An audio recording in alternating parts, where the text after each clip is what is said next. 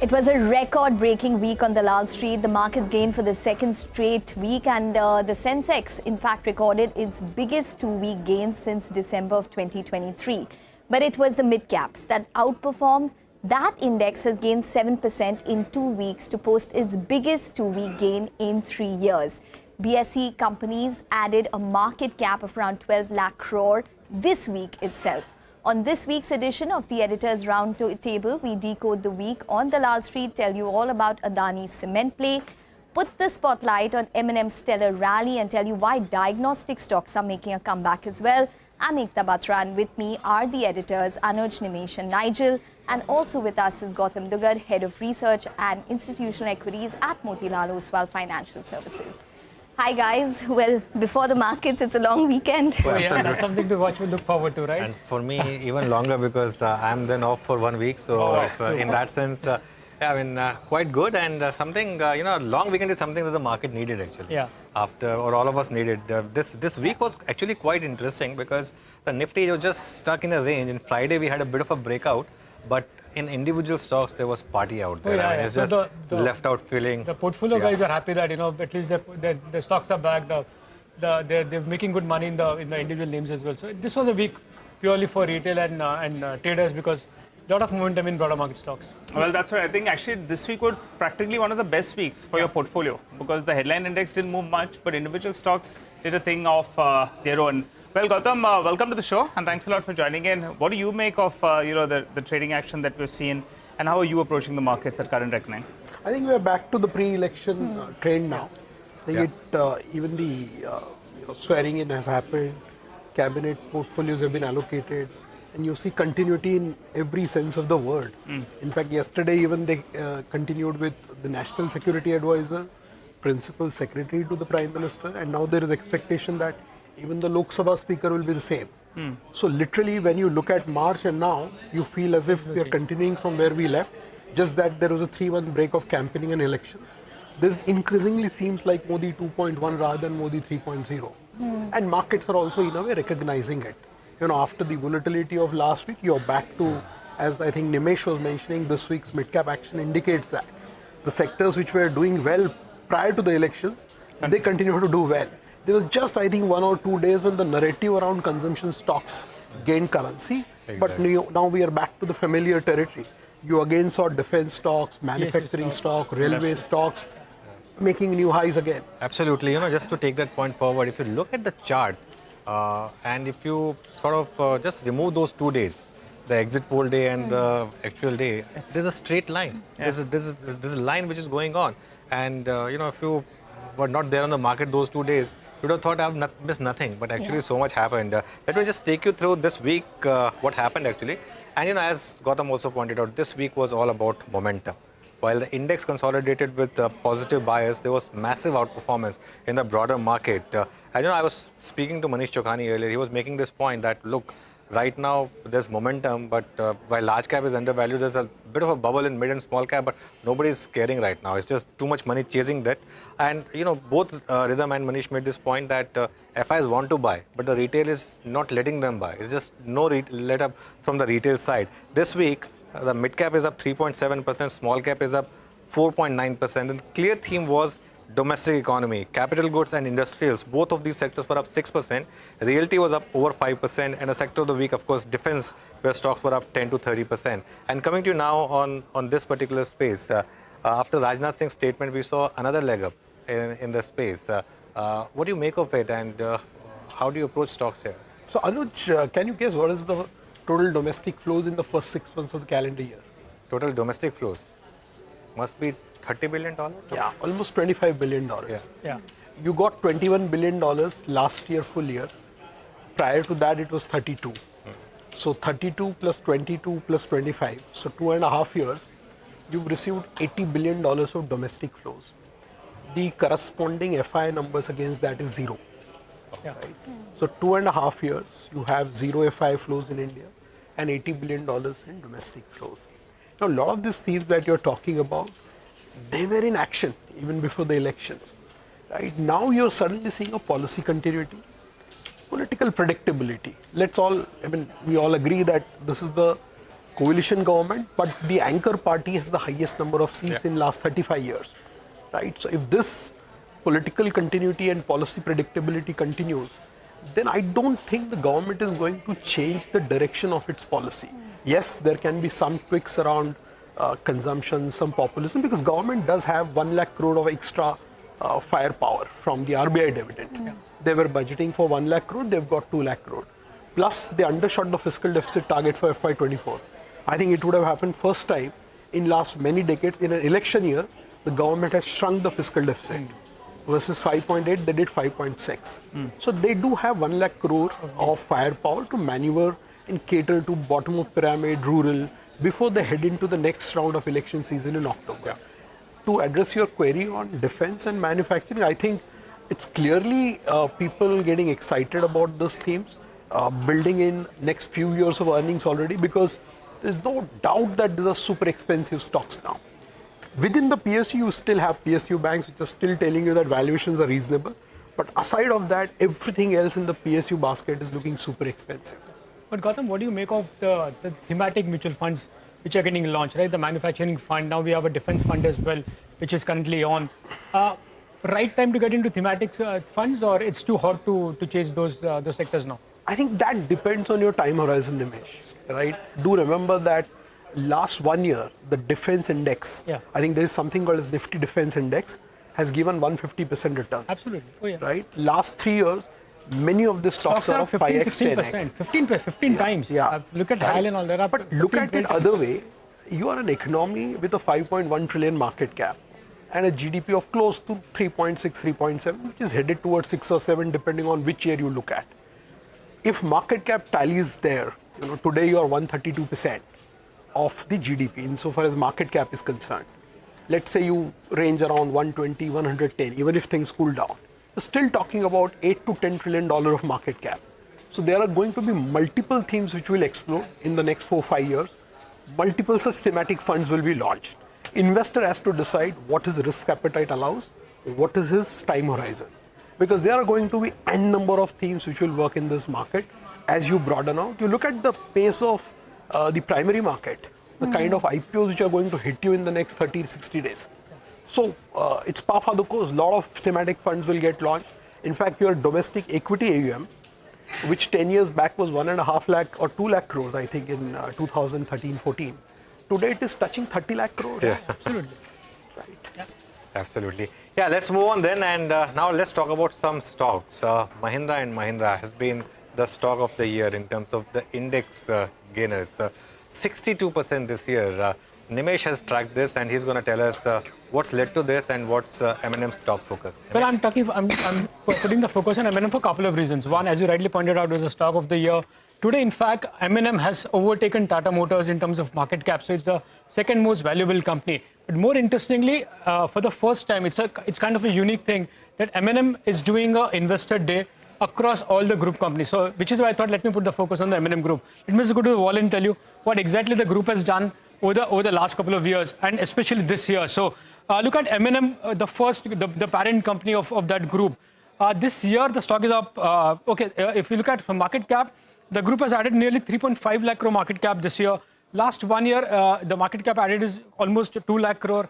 And in the last 3 years, they've added 2.5 lakh crores of market cap. So that's the overall M&M as a group, what they've done in the last 1, 2, and 3 years. So that's the market cap story. Now, this year, M&M has been the best performing stock. The stock is up 62% and has outperformed all the Nifty names.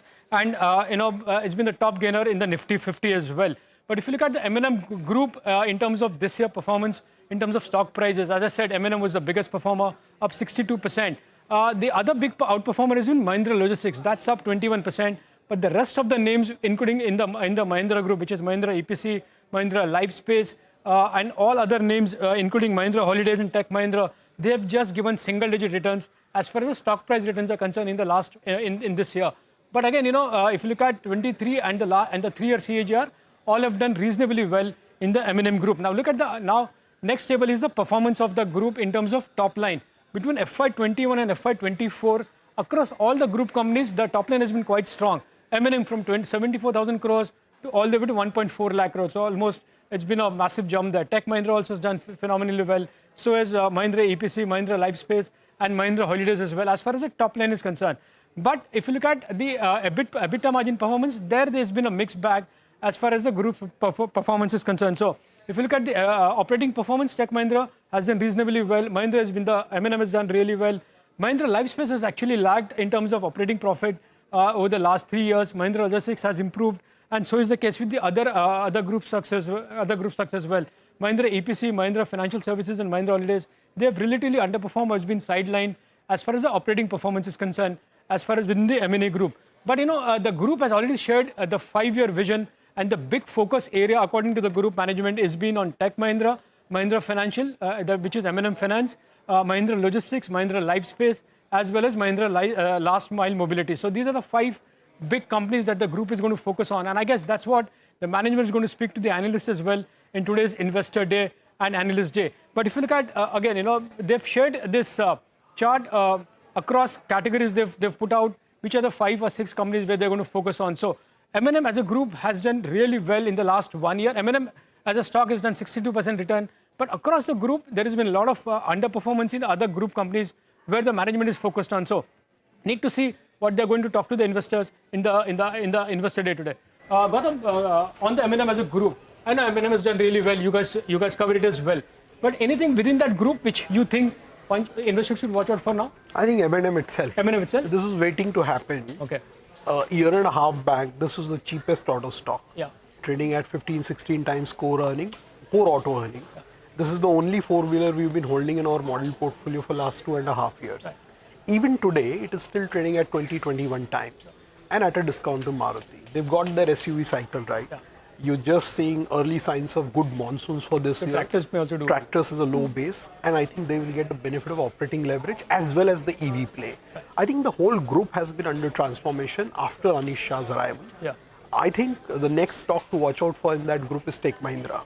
While a lot of people still have reasons for not being too bullish on that stock, and rightly so, because margins have really disappointed, but I think it has created a base for a spectacular rebound as you see more growth coming through in the top line for IT companies, especially large cap.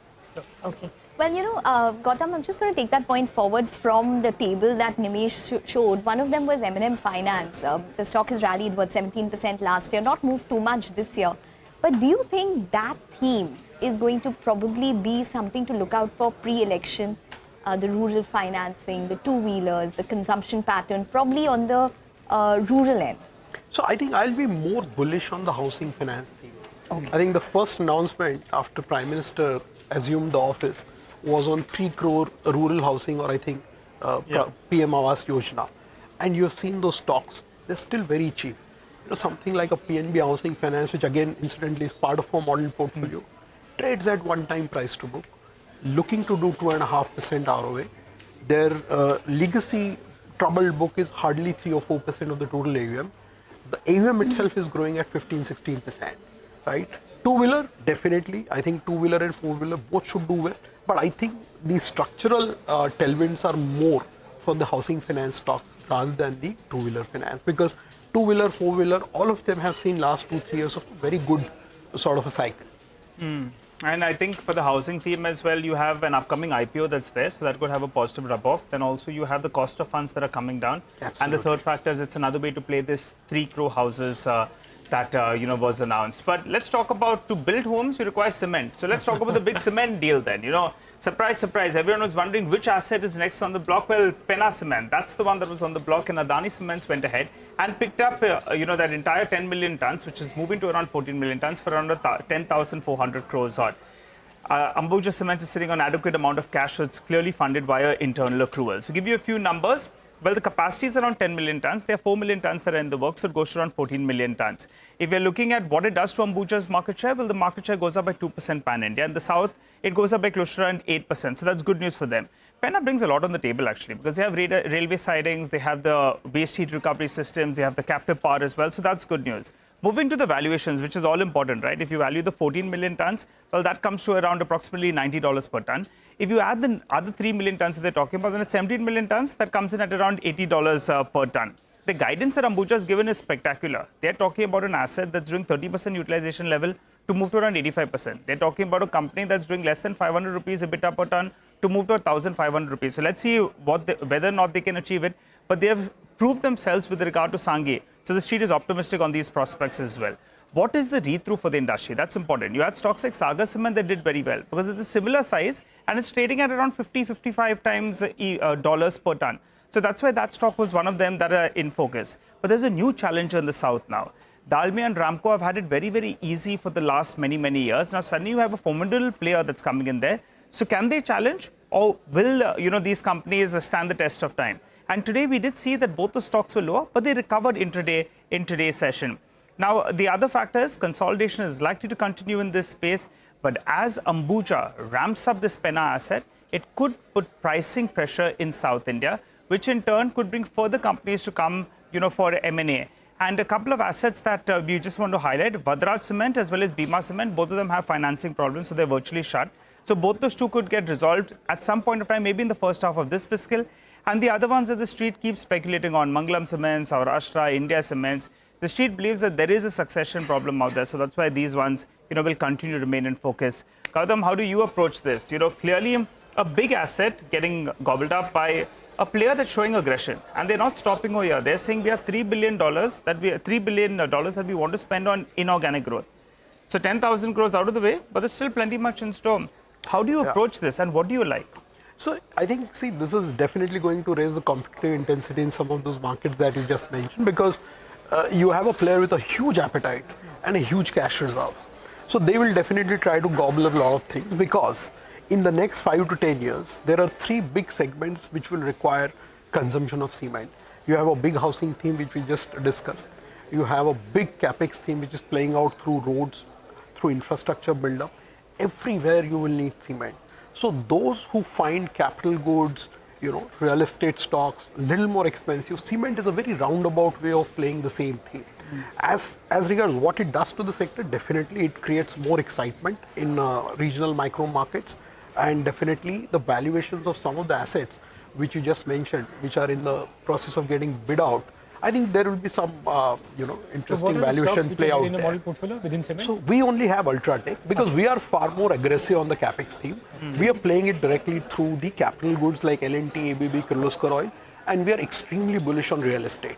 That call has worked well for us for the last 2 years, and we still feel that some of the sectors like real estate, hotels, even hospitals for that matter, they haven't yet seen the full play of the cycle.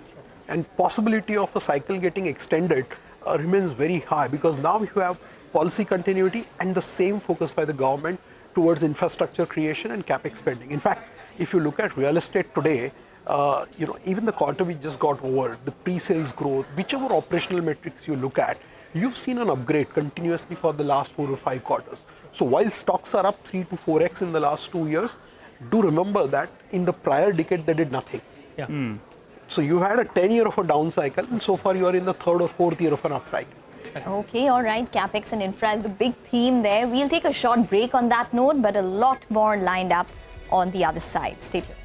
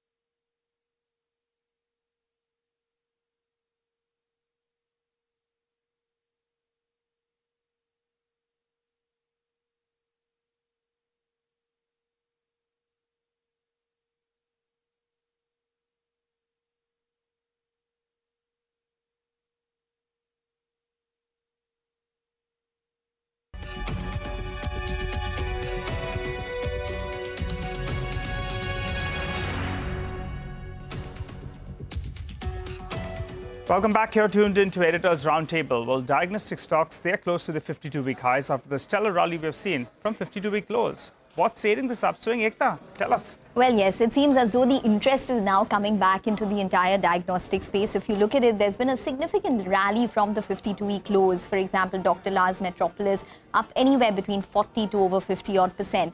There is a lot of optimism now coming into these incumbent players, and the reason for that is basically the fear of steep price wars has eased from online diagnostic companies. For example, online aggregators are now saying that there is stabilization of pricing in routine tests, for example, thyroid, CBC, all of those tests. In fact, prices have risen 20 to 25% from lows seen in routine tests. Remember, there was steep discounting which was taking place at one point in time. The agenda now seems to be shifting to sustainable growth versus rapid testing growth. Now, what is helping the incumbents, such as, say, the likes of Dr. Lals, Metropolis, all of these? Realization that demand is inelastic. There is more focus on trust and quality names when it comes to testing. Overhang of margin dilution is now over because that's eased due to price competition easing. For example, Dr. Lal margins in FY24 were 27%, Metropolis 23.4%, Thyrocare 24%. Now, factors aiding margins is that the incumbents have managed to, in fact, raise prices in the past 1 to 2 years. There are higher margin packages also, such as, say, preventive testing, bundle testing. There's one person who comes to your house, takes your blood, and you do many tests with that particular sample. Your fixed costs are low, but the amount of revenue you're generating from that one test is higher. So that works. Now, for example, Dr. Lal's FY24 Swasthfit sales were up 32%, and Metropolis, their wellness packages were up around 23%. So there seems to be this narrative shifting. But Gautam, I just wanted to come to you on that, because before we went into the break, you mentioned that hospitals is a theme which is not fully played out. Do you think that there's a preference on diagnostics over hospitals simply because there's this overhang about standardization of rates from the Supreme Court, which could probably stem that kind of interest in hospitals? No, I think I would differ there because, see, diagnostics, while it's a good theme, there will always be a sword hanging on the margins because the competition is very intense. Whereas hospitals is a very capex intensive business, right? Not everyone can come and succeed here and can make a 20-25% kind of an EBITDA margin. So you need a brand, you need execution, which I think both Max, Medanta, all of them have demonstrated over the last 3 years. I think they've been breaking even in cities like Patna, Lucknow within 12 months, 18 months. Now, what happens to this whole pricing thing is, I think they will have to smoke a peace pipe with the regulator courts and see how both sides can come to a solution, because you do need branded healthcare in this country. And post-COVID, the awareness of branded healthcare has gone up. So hospital has no longer remain a purely discretionary expense, right? Because people have started valuing it, right? Earlier, this was not the case pre-COVID. Hospital, you always used to wonder what is the cost here and what is the cost there. Today, I think that element of discretion is slowly shrinking away, which is why I feel the room for expansion in terms of the network, I don't know what is the right word, but the number of cities which can absorb some of these branded hospitals is still high. And we are just about starting that journey. So I think the multiples in hospitals can sustain for far longer time than, say, in diagnostics. Because diagnostic, at the first sign of new competition emerging, the multiples can derate again. Okay. I have one last question for you, and this is a stock-specific one. I think the trend, you've always been ahead of the street on this one, and all your targets were met. This week also we saw a big breakout in the stock. What's happening here, and are you aggressively reworking your targets here? No, so Anuj, in such cases, you have to take a very simplistic view. You just look at the growth and then look at the growth differential versus the peers in the same companies. So last 2-3 quarters, Trent has been growing top line at 40-50%, right? 40-50% top line growth when the peers in the same sector are struggling to grow at 15-20%. Second, they've got their execution exactly correct, whether it is West Side, whether it is Zudio, whether it is other elements of their businesses. So their margins have also expanded. The profit growth is 200-300%. So to be honest with you, at 2000 also I felt stock is very expensive. Yeah. We just wanted to wait before we take that call on valuations. We wanted them to disappoint on earnings before I take a call on valuation. But the earnings kept surprising every quarter for last 3-4 quarters. So we stood there and waited for earnings to disappoint. They've not disappointed yet, which is why stock price is in a very different zone. So while it's a value retailer, but valuations are not showing any value right now.